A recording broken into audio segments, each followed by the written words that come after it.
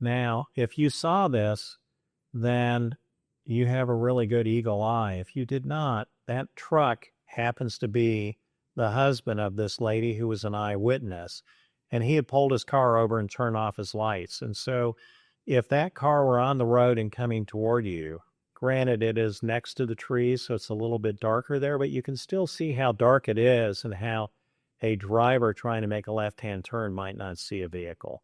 So we noticed the defense then put together 2 years later a simulation, and they tried to say this was the vantage point that our client would have seen. And we noted that this was a crystal clear day. Let me go back to it here a second. It was a crystal clear day, and the day in question was a cloudy, overcast day. So we then looked and said, how do you combat that? In part, she would have also been driving a car that had tinted windows. We then noticed that they began to widen the road. So the road is being changed. And so we went ahead and said, let's go ahead and buy another Lexus to function for a visual reconstruction. And so visual reconstruction, this Lexus that we purchased has the same paint color, the same wheel trim.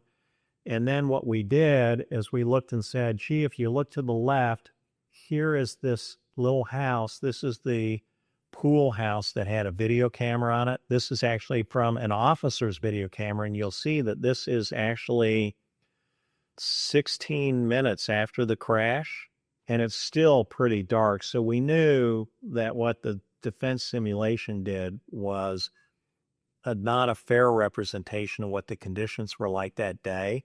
So we wanted to know what would that pool house camera actually see.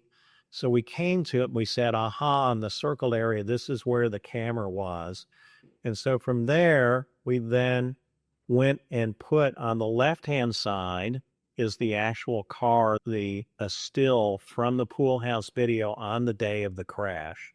And then on the right-hand side, we then said, what would happen if you attempted to almost crash the cars, but not quite, and you simply mounted the identical cube lights that the defendant driver had on his car, and then actually toggled them on and off? What would the camera reflect? And what the camera reflects is that the entire car would become awash with light. And so we did it over multiple lengths. And so here, if I pull up, you'll see, here's an example where you can see the exemplar truck flashing its lights on and off. And you can see what the camera records, the actual camera. We tapped into it. We got the same DVR, and we then recorded how that would look.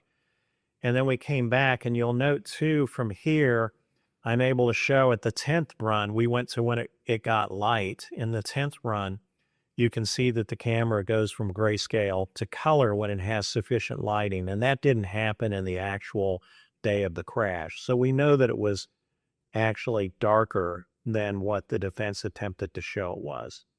And here you can see that actual run. Even though it's so light, you can still see on that exemplar car the lights going on and off the side of it and there is a toggle switch on the lights that would come forth.